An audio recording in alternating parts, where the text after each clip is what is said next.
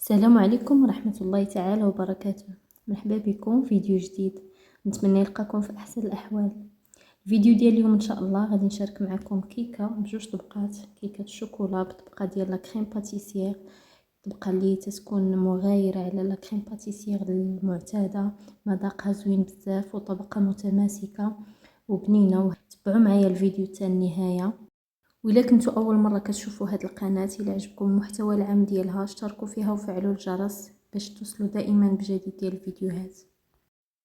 غادي نحتاج للطبقه ديال الكيك جوج بيضات اللي تيكونوا بحراره المطبخ، مع ساشي ديال الفاني، مع كاس الا ربع ديال سكر سنيده. تنقصوا دائما السكر حيت طبقه ديال الكريم باتيسير غنزيدوا فيها السكر. تنطرب مزيان هاد العناصر حتى كيذوب ليا السكر، وتنزيد نص كاس ديال الزيت. تنحاول نزيدو غير شويه بشويه ونخلط غير بالباطور عادي ديال اليد. تقدروا تستعملوا الباطور الكهربائي ولكن نفس النتيجه. ضروري في هذه المرحله اننا نخدموا الزيت مزيان حتى ما يبقاش تيبان لينا في الخليط هكا، باش الكيك ديالنا ما تيجيش مزيت. تنطربوا مزيان. الكثافه ديال الخليط تتبان لينا تتقال. من بعد هنايا غادي نزيد عليه كاس ديال الحليب.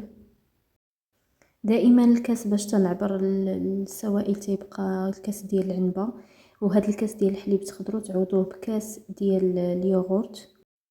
من بعد هنايا كنزيد دقيق. زدت الكاس الاول خلطته مزيان حتى كينسجم، تنزيد الكاس الثاني تنعاود نخلطه مزيان حتى كينسجم. ضروري الدقيق نضيفو على دفعات هكا باش ما تيتكورش لينا في الخليط. وهنايا الكاس الثالث ما غاديش نضيفو كامل، غادي نخلي فيه شويه، يعني جهد جوج معالق اولا معلقه كبيره. هاد الدقيق هذا غادي نعوضو بمعلقه كبيره ديال الكاكاو اللي غادي نزيدها من بعد ما كينسجم ليا الدقيق مزيان مع هاد الخليط. وبالنسبه لهاد الكاكاو من الاحسن اننا نختاروا نوعيه جيده هكا باش يعطينا مذاق زوين في الكيك. من بعد هنايا غادي ناخذ شويه ديال الحليب فقط، تندوب فيه معلقه صغيره ديال قهوه سريعه الذوبان، تنزيدها على داك الكاكاو وتنخلط مزيان.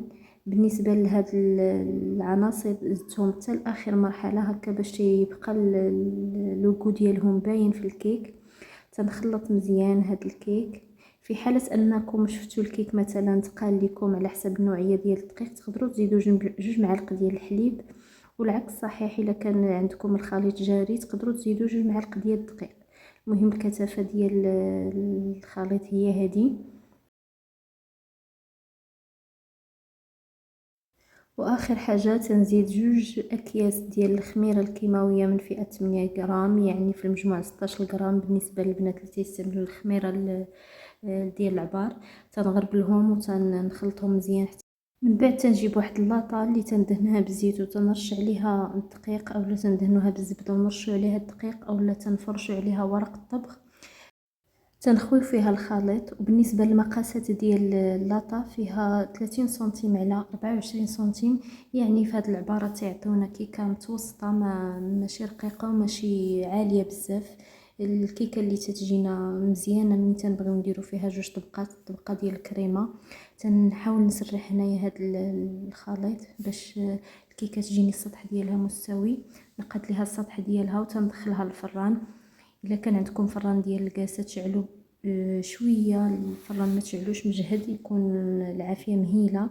تحطوا الكيكه ديالكم حتى كتطلع مزيان وكتنشف، عاد تهبطوها باش تاخذ شويه تحمر من الوجه ديالها.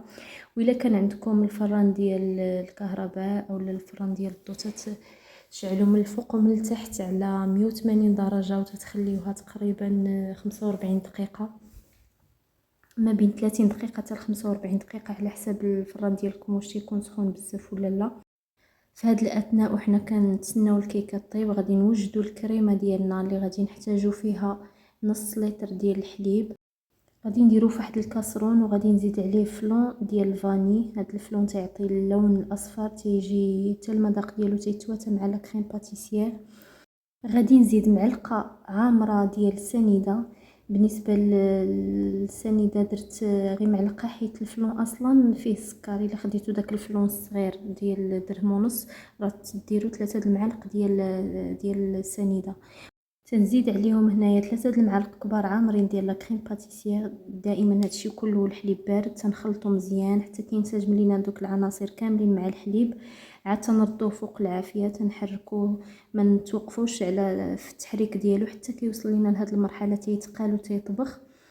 عاد نقدروا نحبسوه شويه تنخليوه يغلى واحد 30 ثانيه بحال هكاك، وتنزيدوا عليه هنايا قطع ديال الشوكولاط الابيض، تقريبا 8 ديال القطع اولا على حسب المتوفر عندكم ما بين 5 حتى 8.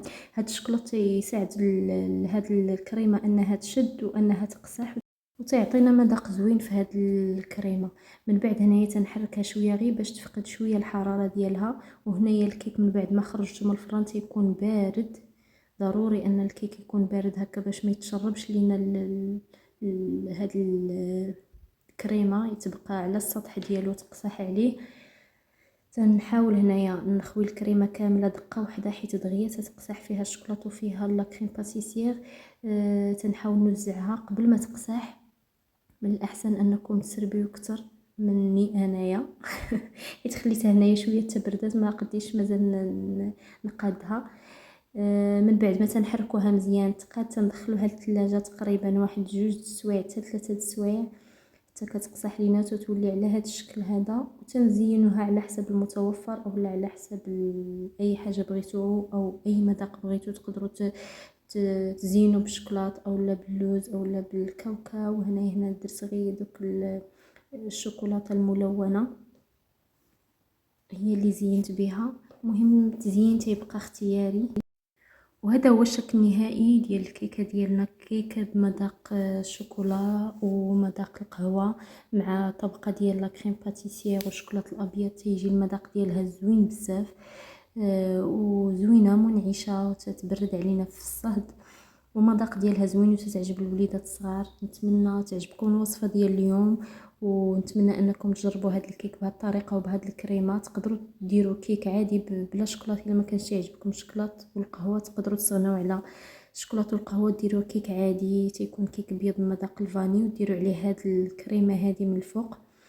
المهم الاساس هو ان نتبعوا غير المقادير ديال الكيك، والكريمه هذه نقدروا نستعملوها في اي كيك بغينا. نتمنى تعجبكم الوصفه ديال اليوم. شكرا لكم على المتابعه. الى وصلتوا معايا حتى لهنايا في الفيديو خليوا لي جيم الفيديو، خليوا لي اعجاب الفيديو، خليوا لي تعليق في الفيديو.